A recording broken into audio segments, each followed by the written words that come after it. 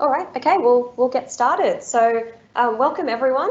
I'm Violet Houston, the Education Partnerships Manager for the Faculty of Science, and I will be your host today for the Term 2 2021 Science Faculty Welcome. Before we begin, however, I'd like to acknowledge the Aboriginal people who are the traditional custodians of the lands on which this event is currently taking place. I pay my respects to elders past, present and emerging, and recognise the ongoing contribution that Aboriginal and Torres Strait Islander people have on science and education in Australia. I'd like to acknowledge all of you for coming in here today, whether that's in person or tuning in virtually. We hope that this event will help you to get a better understanding of what life at UNSW will be like and what life as a UNSW Science student will be like.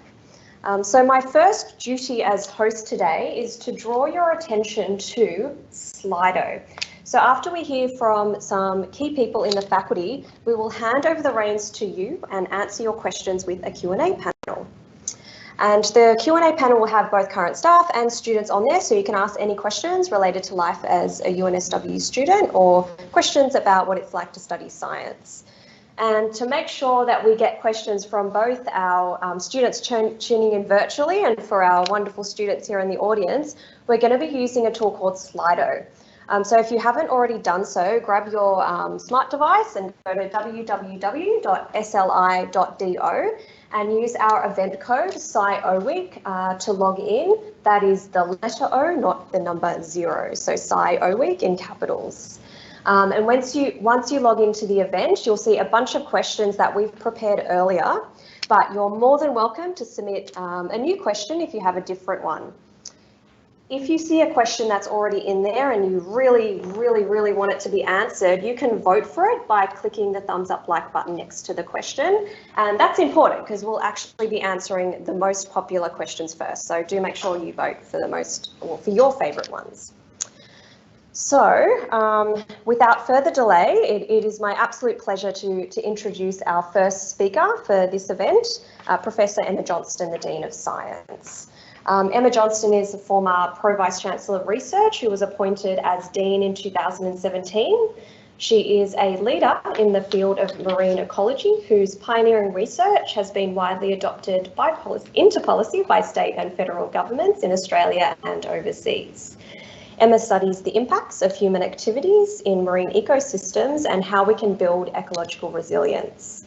Her research is conducted in diverse environments from Antarctica all the way up to the Great Barrier Reef and temperate Australian estuaries. She's been recognised many times for her innovation, for the innovation impact of her work, as well as her leadership as a national representative for the STEM sector and as a passionate advocate for diversity in STEM. I know for a fact that Emma is very excited to be here today and welcome you all. So can you please put your hands together and welcome her to the stage. Thanks, Violet. And hello and welcome everybody. I feel like I could have a one-on-one conversation with you. You're a very special group, the T2 entry group, because it's about the 10th the size of the starting group, so you get a lot more attention, probably 10 times as much attention. So please make the most of it and reach out to us, whether again you are online joining us or you're in the room today. So yes, hello, thanks for the really warm welcome from Violet. I am a marine scientist. I'm a professor of marine ecology. I'd like to acknowledge, as Violet did, the Bedegal people who are the traditional custodians of this land, and this land was once a fantastic set of coastal dunes, beautiful set of coastal dunes. We in the science faculty are working hard to try and reconnect with Indigenous peoples and also be more inclusive and include more of their wisdom and their knowledge in our curriculum, but we have acknowledged that we've got a long way to go in that space. So I acknowledge traditional custodians. I also acknowledge any Aboriginal or Torres Strait Islanders who are joining us today, and really pay my respect to the continuing connections to country that Indigenous people have and the deep knowledge that emanates from those connections and continues to. As a great example, I'm currently working as the chief author of the State of Environment report for Australia. So this is a report that's done for the whole of Australia every 5 years, and the first time ever we have Indigenous co-authors for all of our chapters, and we're really working hard to contribute to a new space where scientific knowledge and traditional knowledge, Indigenous knowledge, can work together and be acknowledged appropriately. So that's an exciting space, and hopefully during your degrees you start to see a bit more of that happening. But during your degrees, who knows what's going to happen, because if I'd known when I started my degree and the first day I walked into the university and got completely lost and felt completely alone and didn't know anybody, if I'd known that I was going to end up, travelling to Antarctica and diving under the ice and doing all sorts of exciting things that I've been able to do in my career, or indeed becoming the Dean of Science, I don't know what I would have done. I would have probably been more frightened at that point if I'd known. But what I did know was that I was embarking on a really exciting journey of discovery, and I really threw myself open to the idea that actually all my plans that I'd had in high school, they might change. And they certainly did. I wanted to be a science journalist when I started my degree, and at the end, in the middle, I didn't know what I wanted to do, and at the end I knew that I wanted to pursue more research, so I ended up going into marine research. But it's a really open space for you to be working in. You get to choose how hard you work at university, and trust me, the more you put in, the more you get out of every single course that you enrol in. You get to do extracurricular activities or not. And trust me, the more extracurricular activities you do, the more you get out of university as well. So within the scope, within the capacity that you have as a student, please consider giving it absolutely everything you have, because the value you get back as a consequence is absolutely enormous. Now, it's my job today to give you a little bit of insight into the science faculty as well, so not just to scare you off about the complexity, but to give you a little insight and to help you understand some of the opportunities that you have because the faculty is the way it is. So first of all, we're a really broad faculty, and obviously we have immense depth of knowledge within that breadth. So to give you an example, last year we published almost 3,000 peer-reviewed scientific publications just from the science faculty. So these are really hard things to do. Every single one of those is hard fought. It represents years of research, and it represents a new contribution of knowledge to the world. If you look at where those 3,000 publications sit, they sit in the top tier international journals, and their breadth is quite astounding. So we're basically working at the very edges of the known universe when it comes to the smallest organism or the smallest thing. So a lot of incredible viral research, mRNA research, for example, that might trigger a few concerns at the moment. So we work in those spaces, the very tiny spaces of understanding how RNA is expressed, of understanding how we might package RNA for therapeutics. We also work at the largest scale. Well, biologically, that would be the whales. So we have people who are researching whales and whale snot, in case you're interested, as a measure of health of whales. But when you go beyond the biological, we're also working at the very edges of the universe, looking at baby galaxies. So how are galaxies evolving and forming, and how can we tell where they are and how they're growing? What does that mean for the rest of the universe? So the breadth is incredible. The quality is extremely high. Now, if you're worried about quality, which all of us at the university are, we're worried about educational quality and research quality, then we know that we've got really good metrics in the research space, and we are starting to be able to measure our education quality better. And the way that we're doing that is by listening to students and by partnering with students, and increasingly getting feedback from students about our education and turning that feedback back into the course design and back into the curriculum design. So just this, and I'm sure, Alison, I'm stealing your thunder here. Just this term, we've had our highest ever student experience ratings for many, many years, and that was on the basis of at least 50% of our students filling in the survey, which is also a massive increase in the proportion of students who are filling in surveys. We also meet regularly with our student societies, so Alison and I will sit down with the student society leaders, and there are many student societies, and chat to them about what they need, and we've got more work to do to support them. But there are 13 different student-specific, science-specific societies, so whichever discipline you're in, there is a society for you. It's a great way to connect and make friends, and the more connected you are, the more meaningful your university degree can be. And then on top of that, I think there are 300 other societies. It was 299 at last. 299. So 299 other societies, and I really strongly encourage you to join them. My favourite one is the scuba diving club, of course, but you can't all join the scuba diving club at once. They will go scuba diving every single weekend. So the student societies are designed to make things fun for you, and they're designed for students. So they're trying to make things cheap, they're trying to make things accessible, they're trying to make things inclusive. And so they really are the first point of call for you to reach out and engage and make those friendships that then last for your entire career. And when I'm talking about that, it may not be that easy for you to understand that the people around you, either sitting in your tutorials or your laboratory classes, and we are running those face-to-face this term and next term, or sitting online with you in a lecture, and all of our lectures will be online. Those students that you're going through your degree with will end up being incredibly important people and have incredibly influential roles in society. And right now, they're just your mates. And so it's really important that you reach out, that you learn from them, but you connect with them. And later on in your career, they might be running the business that you're employed in. They might be a government department press secretary, for example. You don't know where they're going to end up with the science degree. Because in science degrees, we teach you how to think. We teach you how to think critically. We give you digital literacy and digital literacy skills, quantitative skills, and then the rest is really up to you to transfer them into whatever job you end up choosing. You may move completely outside of what we would traditionally call a science job.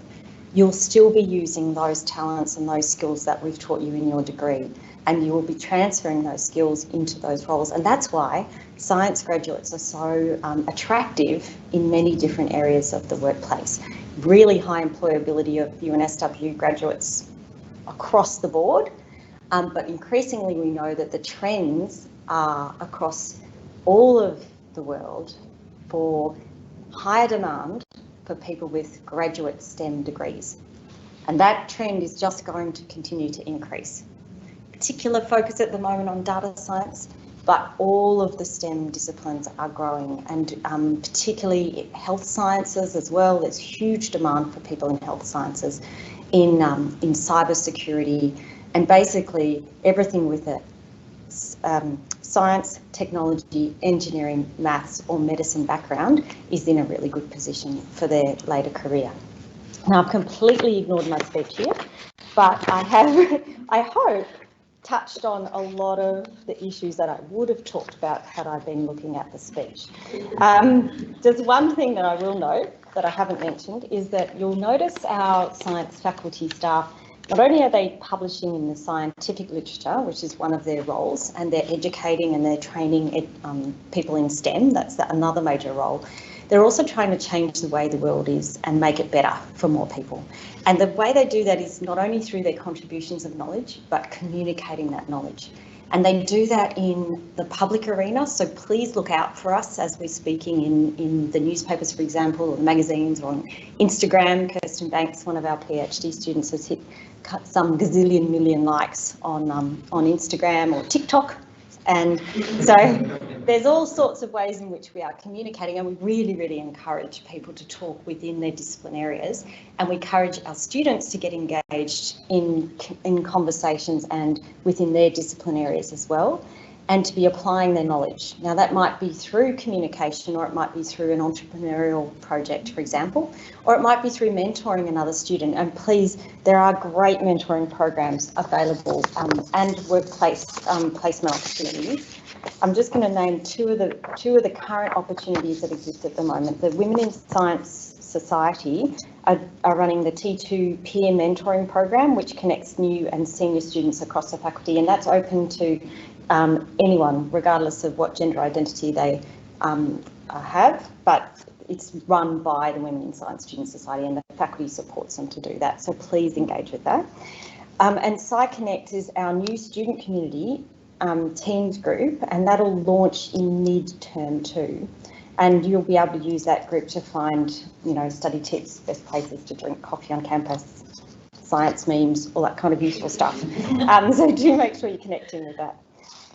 The other thing to keep in mind is the best way to keep up to date with kind of there's so many opportunities for students. It's hard to keep up to date, but if you get that UNSW student newsletter and you read that religiously, then you'll really know what's happening. And that's the best way, probably. Because at first, if you're a little bit overwhelmed, you might pause and go, okay, I don't know what to do. I don't know which club to join. My strategy or my suggestion is join lots and then drop a few, okay? So once you know what they're all like, that's the best way to do it. But if you do pause, the rest of the university is not going to pause. There are opportunities down the track when you're feeling a bit more comfortable to reach out and join those societies. So finally, our mission as a faculty is to understand the world better, it's to make the world better, and it's to train the next generation of inspirational scientists who are going to continue that tradition. So please feel very welcome. We're really pleased to have you as our next cohort of students. And hopefully today is just a taste of the information that will help give you a bit of a smooth sailing experience through that term.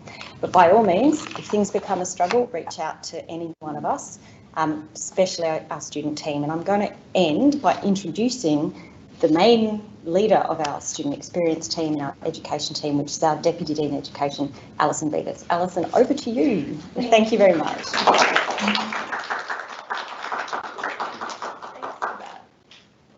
going to skip through a few. Don't need a photo of me, I'm here. So thank you for that, Emma, and I extend that really warm welcome to you, whether you're joining us online or whether you're here in the room. So what I'm going to talk to you about is a little bit about your university, the university that you're now joining, the community that you're going to be coming and being a really valued member of, and just answer any questions you might have. So please feel free, if there is a quick question, very happy to take it from those in the audience. And of course, we'll have our Q&A towards the end of these presentations.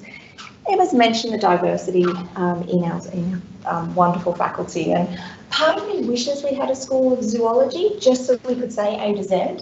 We don't, but we do have 8 incredible schools full of disciplinary depth. But there's also a huge amount of interconnectedness between our schools, which gives wonderful breadth as well. And you can see the diversity here on the screen, and I won't step through all of them. Hopefully we have some representatives either online or in the room from each of those schools.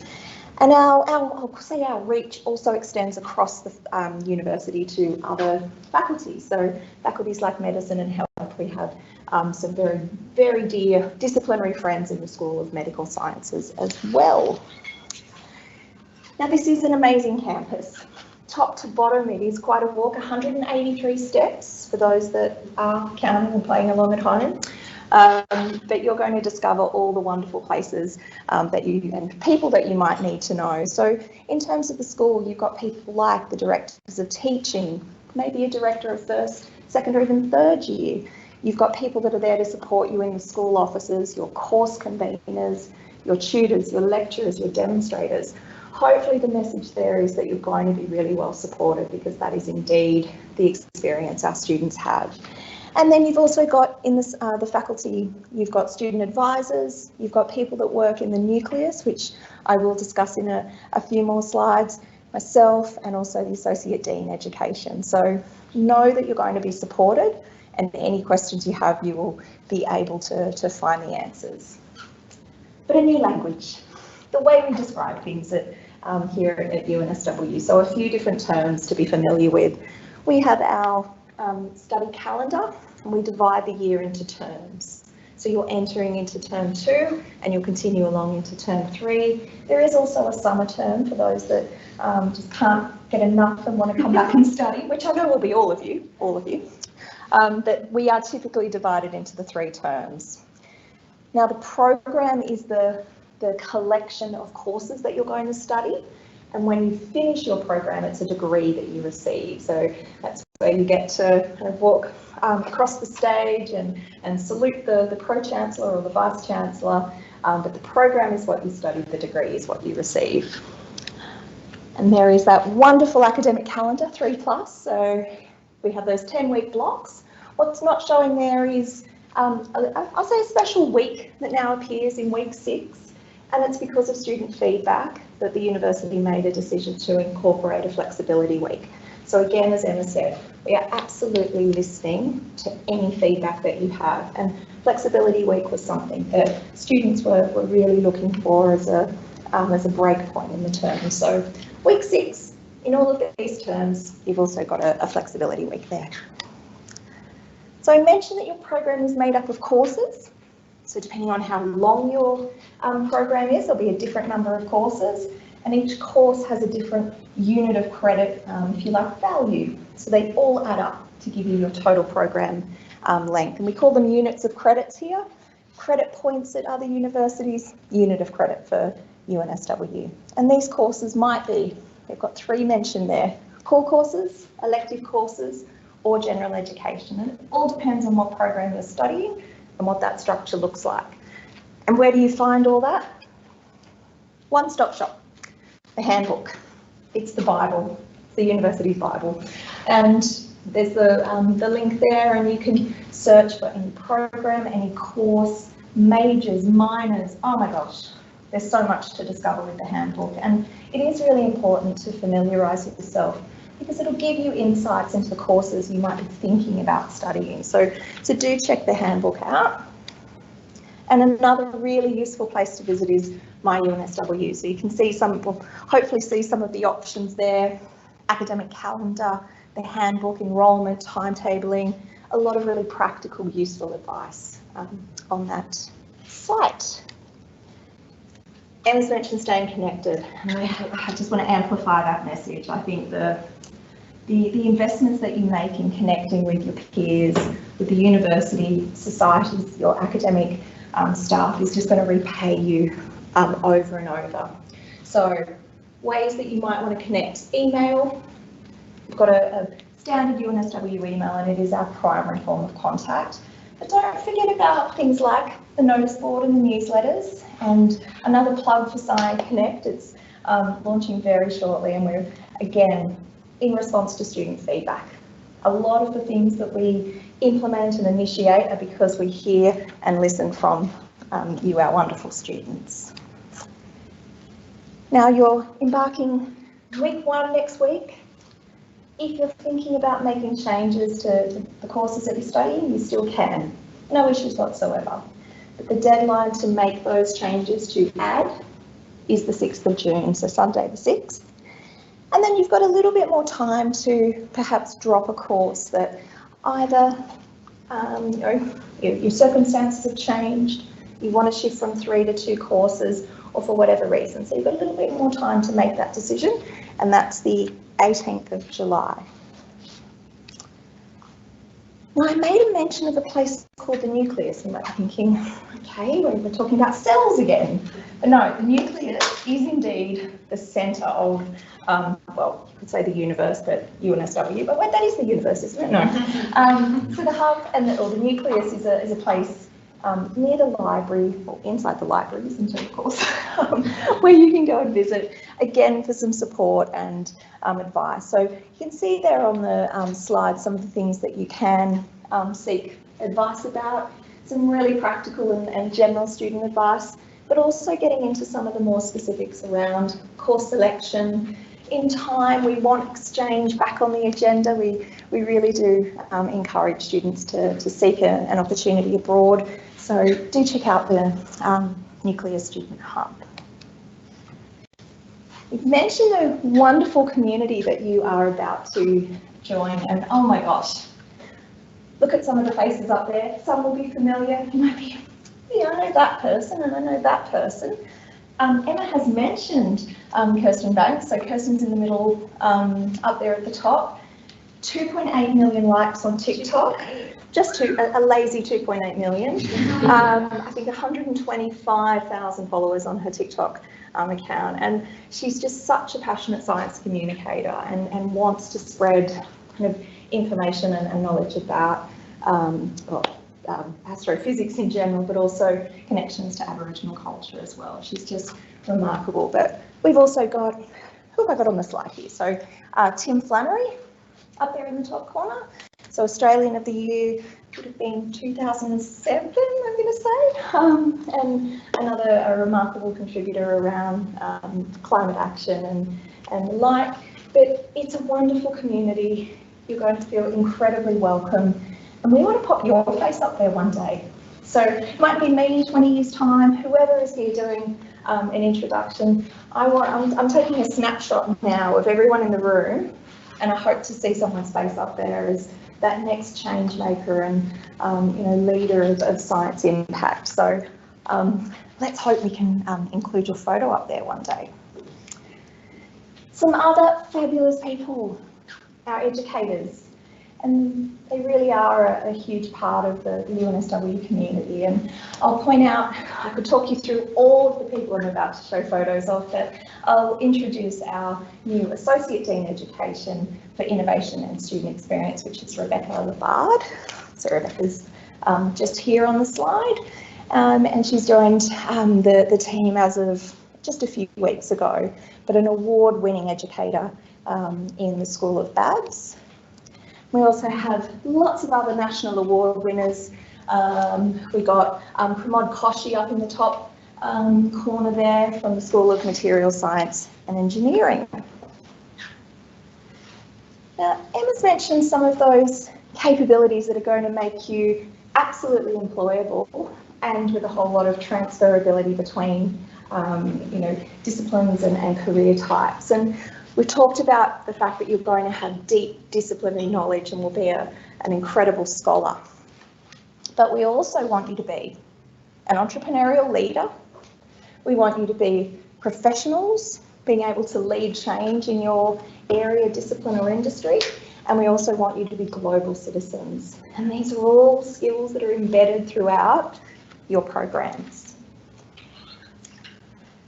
So you're joining us in one of our learning spaces, but there's lots more, and probably more interesting and exciting places for science students are laboratories, lots of different types of labs. So we want you to get back to campus. I think we did a quick check and it's 75% of our courses for term 2 have a face-to-face option. So 3/4 of courses will give you a way to engage here on campus. So please do. We really want to bring students back to campus, and it is as I said, it's a special place. So come and join us here on campus. But we got you covered. Online is very, very well delivered now. We've had a great year in terms of refining our process. There was a lot of learning that happened. Again, feedback from students. We've really improved the way we're doing things, but some of these different tools and platforms are going to be very familiar to you, I'm sure, and we utilise them across different courses. So check out your course outline, see what your conveners are using, and they will be, I'm sure, a really helpful sort of educational platform for you. Now, there's something else that will help you ease into your studies and help with that transition, and it's a quiz that we ask you to complete by the end of week 3 called Elise.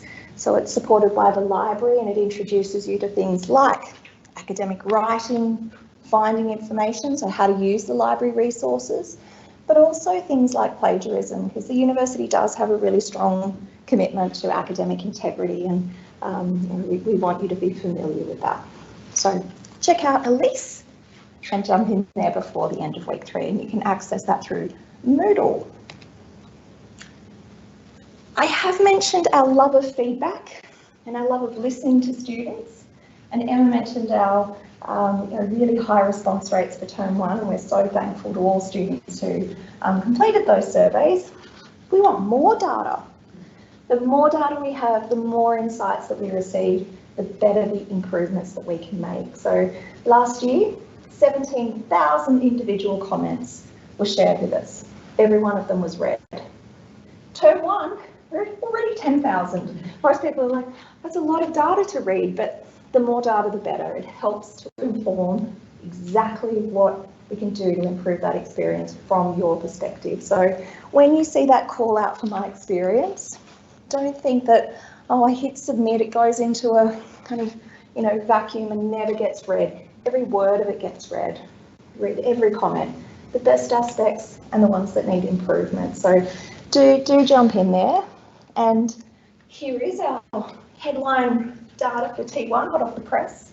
And the reason it's up there is nothing but pride for the educators and conveners that have contributed to those outcomes. So 91% satisfaction with our courses, 96% for our teachers. And that's, as I say, a huge sense of pride, because it's been a year where everyone's had to adapt and change their practices, but we're all working together. I think that's the message. The feedback we're receiving is helping to change our practice and inform what kind of flexibility students are looking for, but you know, just again, all about enhancing the student experience. So we're really proud. That's a proud moment up there on the screen. So this is my final slide, which is to remind you that, of course, you're coming to a university like UNSW Sydney. We're absolutely sure that success is what you're going to experience, but success is probably the top or the tip of the iceberg. And the thing that will have sat under that is a whole lot of persistence, failure, sacrifice perhaps, disappointment, discipline, hard work and dedication. And that's exactly what, I think that echoing those messages from Emma, you will get back what you put in. So do have a wonderful experience. Do reach out if there is any support you need. So our students that are online and for those in the audience, we're here to support you. We want nothing more than for you to thrive and flourish, but we want you to be supported the whole way. So welcome again, and I will be handing over, I think, to Violet, who will take us through the Q&A. Thanks, everyone.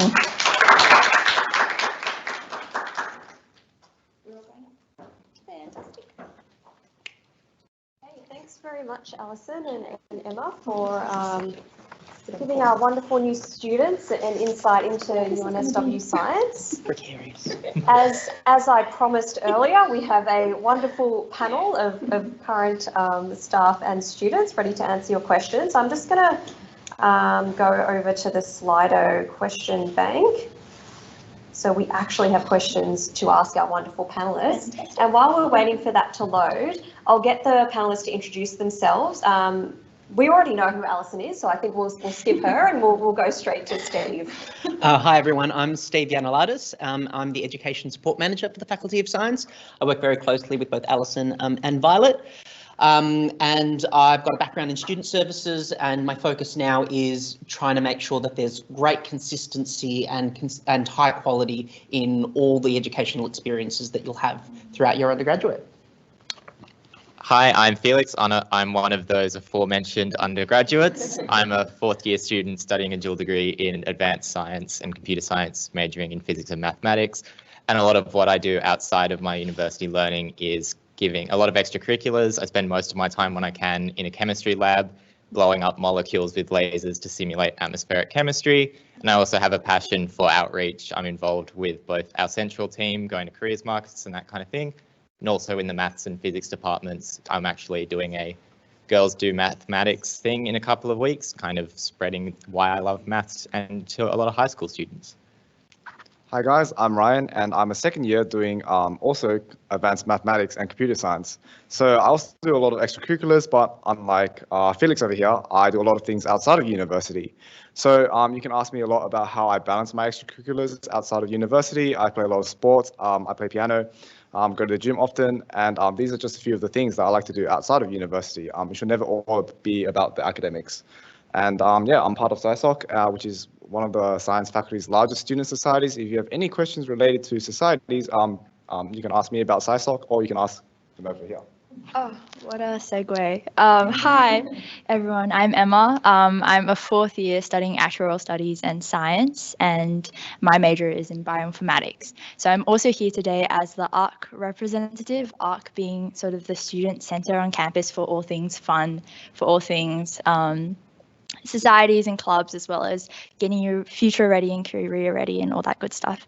So at ARC, I work there as the Phil coordinator, and Phil is UNSW Philanthropy, where we fundraise for the Sydney Children's Hospital in Randwick. Yeah. Wonderful. Thanks so much for that introduction. I hope that gives you a better idea of what questions to ask now that you know who our wonderful panelists are. So as promised, we are going to answer the most popular questions first.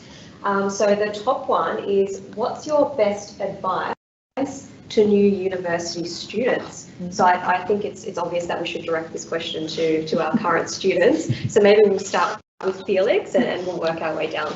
I think Emma actually kind of hit the nail on the head in her speech when she said the best thing to do is really just throw yourself into it. That was kind of my approach coming out of high school. I was like, I'm going to do more stuff than I can handle with to start, and then weed out the stuff that I find less interesting. So that meant I got involved with about 6 different societies.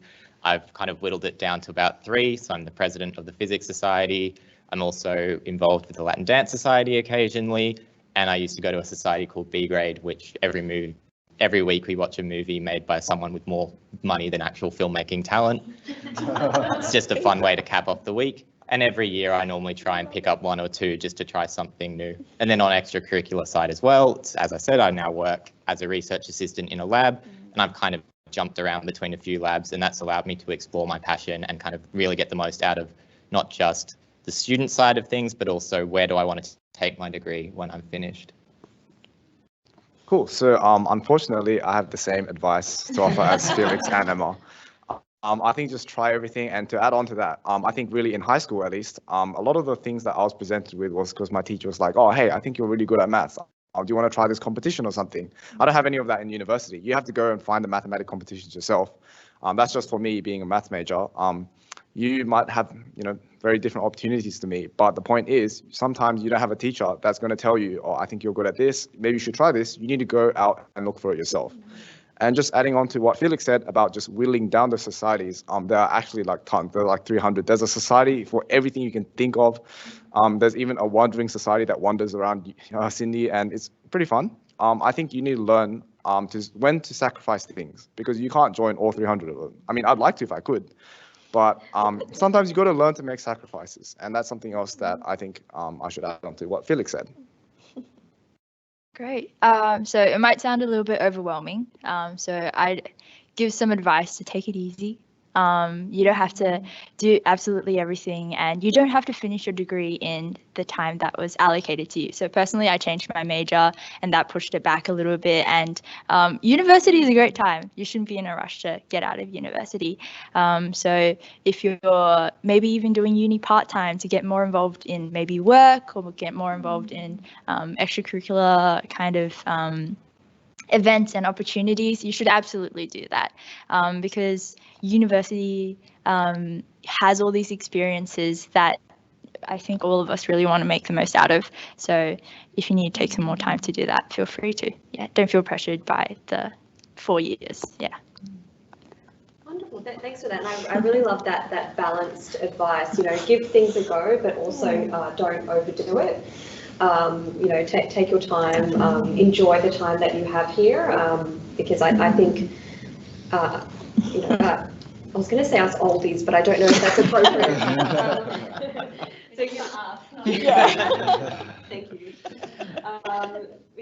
We look back on our university days, and we're also jealous of you because it's such a great time, and we'd love to relive it. So enjoy it while you can. That's why we haven't left. I think we enjoy the university life so much. Yeah, exactly. Okay, so we'll move on to the next question.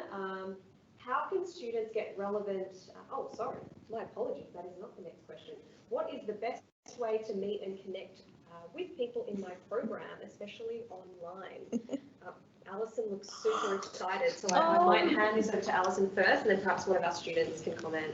So I am super excited because it's a plug for the initiative that we have mentioned. So sorry, there's not an echo, but SciConnect, which is, as we've said, a new way to connect with students online that our fabulous Education Partnership Manager and Student Experience Officer, Violet and Renee, have been leading in the science education team. So it's a way to connect with students in your program. It's a way to connect with opportunities, events, academic spotlight, so a Q&A with perhaps your course or your program authority.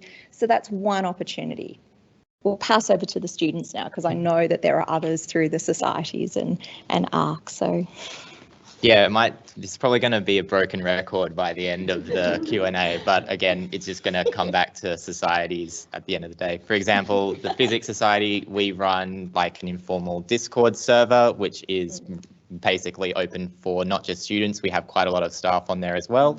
It's a really good opportunity just to have like informal chats. People will arrange study sessions on there or within an online session. You can also like throw memes at your lecturer, which is sometimes they enjoy them. Sometimes they're like, can you let me do some work, please? But again, also then there's a lot of avenues. There's a university Facebook page. It's not run by the university, but kind of everyone's there. And a lot of the time for courses, there'll be big like Facebook group chats that are started. And that's a good way to meet people doing the course and talk about it in a purely online session.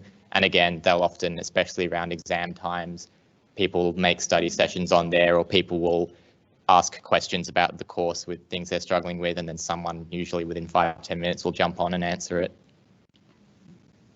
My thing is the same as Felix. I think you really covered everything, but I think one thing to add on is that there's often some Discord servers which are student run. So sometimes it's good to not have any lecturers and you can talk whatever you want behind their backs, I guess. But also you have some really passionate student leaders and they're willing to help you out with anything. And I think those Discords you should also check out. Yeah. Yeah, awesome. So I guess from an ARC point of view, there's also lots of different programs and initiatives run by students in ARC. So for example, in wellness, we have a program called Wellness Warriors where they have, I think, weekly almost live streams or little events where you get to like crochet or paint or do fun things with other uni students if you want to get or branch outside of your society and people who do the same degree as you. Yeah. Thanks for that. So again, a nice range of advice there and comments, although also very similar. So there is clearly a theme going on here. We'll jump to the next question. How can students get relevant work experience during their UNSW program? And Felix, I think you mentioned in your introduction that you're doing a research internship, so perhaps we'll start with you, and then I'm sure either Alison or Steve would love to comment from the official faculty point of view. Yeah, so there's quite a few different ways to kind of go about it. There's a lot of official channels that the Faculty of Science supports, but generally what's worked kind of most for me is that if I'm in a course with a lecturer who I like, I typically just go up after and kind of ask about their research, and that's led to about 4 different just kind of research, not necessarily formal internships, but just, hey, do you want to come and spend free time when you've got it in the lab? We'll put aside a small project for you. That's something you can work on. And that actually then did lead 2019. I always forget 2020 happened.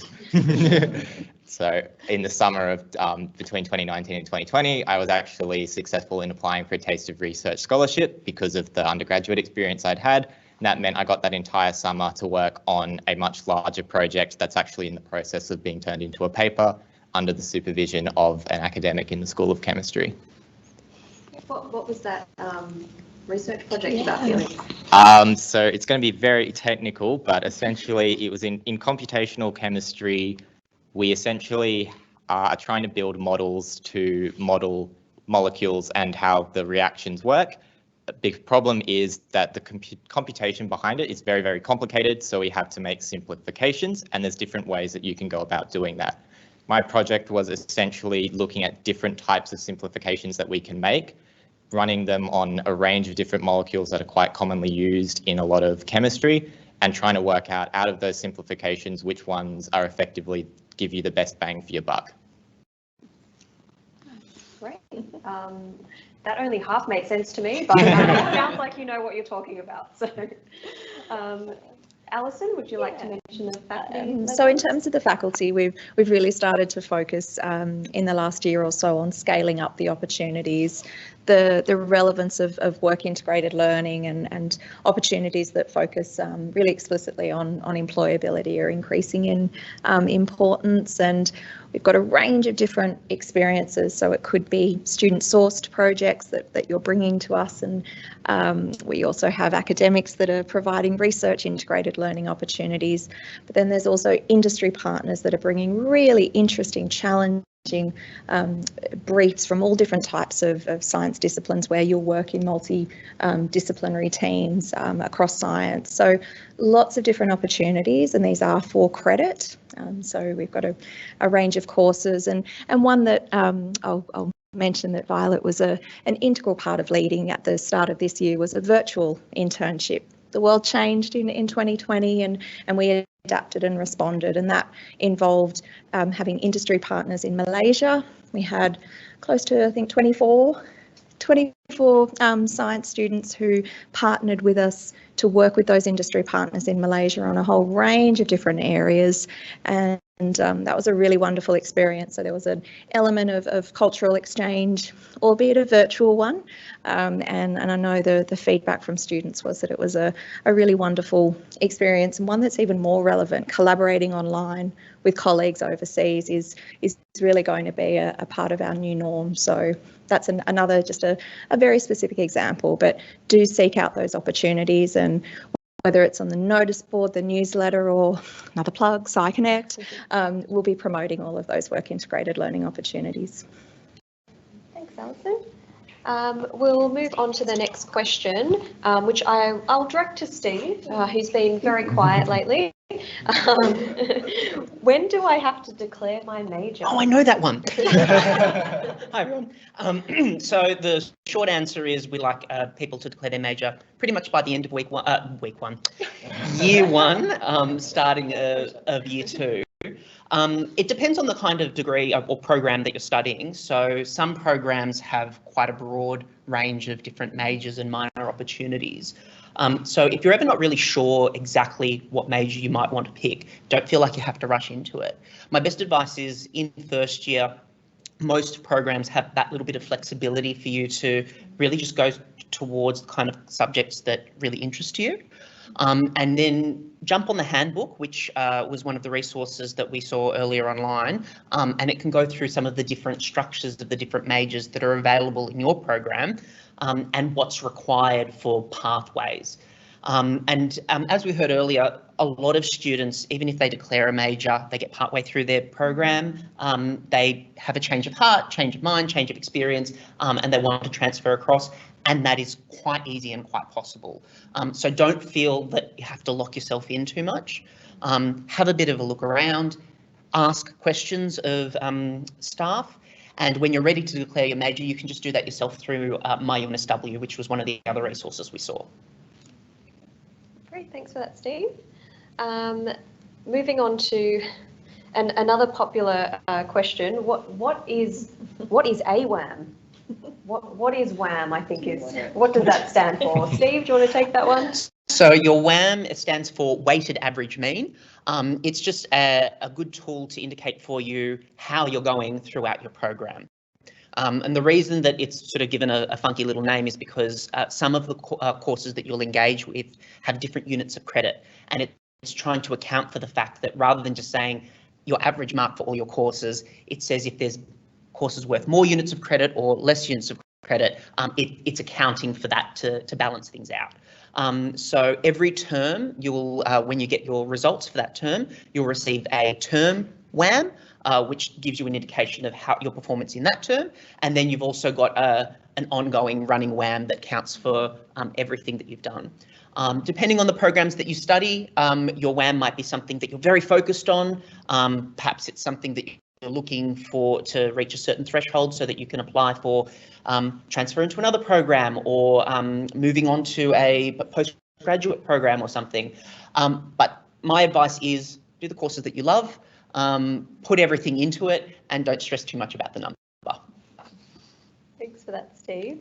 I might be a little bit cheeky and skip to a question from Emma. I assume it's this Emma in this room here. Yeah, which is actually a really good one. Do you want to direct that to our student panelists? Yeah. What do you want to do after you graduate? The first thing I want to do after I graduate is take a long holiday. Not just because going straight from high school to an undergraduate and then on to any further education is a very long time to be doing one thing continuously. I just know a lot of my friends who have gone straight into postgraduate from honours and just said it's just too much. You just need to like have a circuit breaker after honours. But after that, ideally, at the moment, I am looking at doing postgraduate. I have very much enjoyed all the like laboratory experiences that I've been doing at the university, and ideally that's something I'd love to do overseas. I'm currently looking at the UK just because my dad's side of the family is over there, so I still have a connection, but also it's nice to get a change of scene after doing all of my other education in Australia. And then after that, who knows? For me, I have a very different approach to Felix. I'd say I'm relatively early in my degree. I have a 5-year degree and I'm only in year 2. And as part of that, I have absolutely no idea what I want to do after I graduate. Even now, I literally picked my degree, comp sci and maths, not because I had a passion for it. I never did any comp sci in high school or anything. I did it because it's kind of broad, you know, it can apply to a lot of things. So I have that kind of approach. It's not very targeted. It's more like, let me just spread out and let me see what I'm interested in. And at the end of university, that's a problem for future me, you know? So yeah, so I have that approach to graduating, and I guess we'll see in 3 years, I guess. Very cool. So I'm a little bit different again because I'm in my final year and I'm sort of heading down the business route. So I do actuarial studies in science. So I'm entering as an actuarial graduate at a company called Taylor Fry. And I would say there's still a bit of science application. I do study bioinformatics. So there's like a combination of data science and biology, and it's a bit of a mixed bag, but the data science is being incorporated into my business degree as well. So yeah, definitely still a science application elsewhere in business. Great, thanks for that. And it was nice to see the different stages of the journey from I have no idea to this is, I think, what I'm going to do to I have a graduate job. So that was a really nice range there. And I sorry, this is my favourite topic, so I'm going to chip in with something here. You know, it doesn't matter if you're in first year or second year or in your final year. It's never too early to start exploring your career options and going to career expos, employer presentations, just to get an idea of what's out there. And that will then in turn help you to decide, okay, what kind of internship or work placement do I want to do? Because honestly, you don't know if you like something until you actually are in there doing it. So I've met a lot of students from first year who were adamant they wanted to be a geneticist and work in the lab, and then week 2 into their genetics course, they were like, I never want to do this again. So don't be afraid to change your mind and explore things as early as possible. Alison, do you have anything to add to that? I would be echoing that advice. It's be open to thinking about your career. We have a wonderful UNSW employability and then the careers team that sit within that. So huge number of opportunities for you to explore formally through study, work integrated learning, but also more informally through extracurricular. So do start as soon as you feel ready to, because again, it'll be something that repays you. Yeah, that's a really great point, Alison, UNSW Careers. And so we have careers consultants that are there for you at no extra charge. You can book in an appointment with them every week if you really wanted to. But when you graduate and go out into the world, careers advisors and counsellors and coaches, they cost hundreds, if not thousands of dollars. So really use them while you're here. We work closely with them, and they're wonderful, and yeah. Check them out. I'm going to step off my soapbox now. No, I think also just pointing out with the careers advisor services, that is something you can still access once you graduate for up to 6 months. Yeah, that's a great point. I think it's 18 months now. Yeah, 6 or 18. Yeah, 18 Even months. better. So, yeah, even better. So I think we'll take this question here because it's quite pertinent. How do online lectures and classes work? And then we might have one more question and leave it at that. So Alison, I'll direct this to you. How do online lectures and classes work? So they work all in different ways. So online classes, we have as a university decided that all lectures for the foreseeable future are going to be online. Now that might mean that a staff member has created a recorded lecture for you, and then you can engage at any time during day, night, weekend, whenever's convenient for you. Some of those online lectures, though, are live streamed, and it all depends on the nature of the course and the type of material being presented. So again, there's even the live streamed version will be recorded, because one of the things we did hear last year in the feedback was flexibility was something that our students really loved, but they also wanted connectivity with staff, with students. So I feel like we've now sort of started to achieve that right kind of balance, and we're knowing that is your preference for learning through the feedback that you're providing. Other classes though, so I mentioned that 3/4 of courses delivered in T2 have a face-to-face opportunity. And I do encourage you, if you can, to get back to campus where possible. And for those that can't, that's okay. We've absolutely got you covered there as well. So connect where you can on campus. It's all done in a COVID safe way.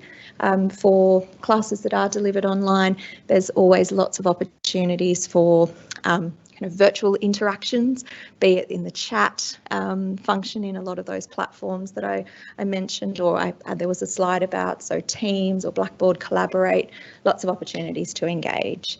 So I think that's probably a good description.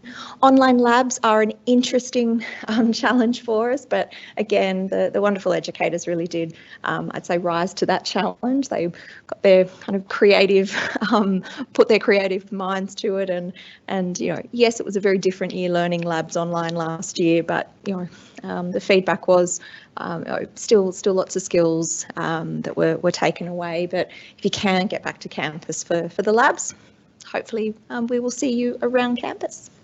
Thanks, Alison. No problem. I think we'll end it on a very practical question that is popular amongst first year students. Do I have to buy textbooks? Which of our students would like to answer this one? You all look so thrilled. So it varies course to course. So I say instead of buying it before your first lecture, maybe wait till your first lecture where they're doing the course introduction and your lecturer sort of goes through how pertinent the textbooks listed are and the work that you'll be doing through the term. So leave it up to that, and then if you're still a bit confused, just email your course coordinator or lecturer, and they'll let you know how important they think it is. And yeah. Great, thanks for that. Brian, Felix, do you have anything to add? Yeah, I can say if you actually do then decide that you want to buy the textbook, there are often a lot of opportunities to buy them cheaper than just going to the bookstore, because a lot of them are just used for either just your first year courses or just a specific second or third year course.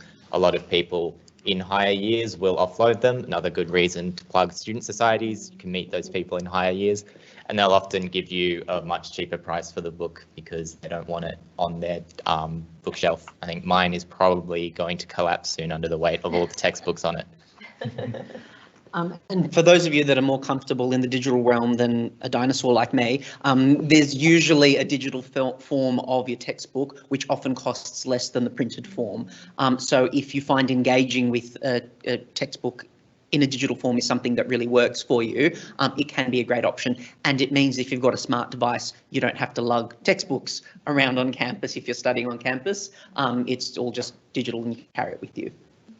Great point, Steve. I'm a dinosaur like you, so I usually forget that option. And our great library does have a lot of the required texts as well. I think as a panel we nailed that one because we all had something interesting and relevant to add. Go panel. We got there on the last question though. You did. You got there on the last question. So well done. And that's a good segue to say a big thank you Thank you for sharing your insights with our new students. So Emma, Ryan, Felix, Steve, and Alison. So we're unfortunately out of time. So we'll end it there. I have one last thing to let you know about before we conclude the event. So I'll just go out of the Slido questions screen, which apparently is not working anymore. Okay, F11. I told you I'm a dinosaur. I'll just talk instead. Yeah. So we have a student live session, or Ethan can do the things for me. Excellent.